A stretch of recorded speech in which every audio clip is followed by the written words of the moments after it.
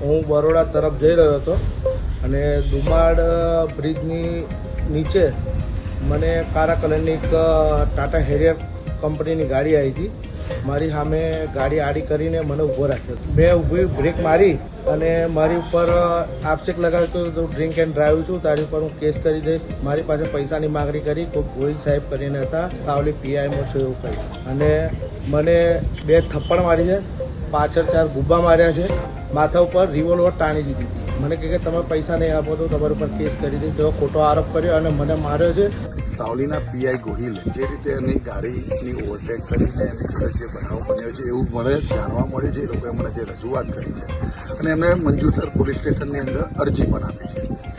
આ અરજી આપ્યા બાદ એ લોકોએ જે મને જોડે આ જે રજૂઆતના સ્વરૂપે જે વાત મૂકી, મેં માન્ય ડીએસપી સાહેબને પણ આની તમામ વસ્તુથી બાકી વાતથી માહિતગાર કર્યા છે.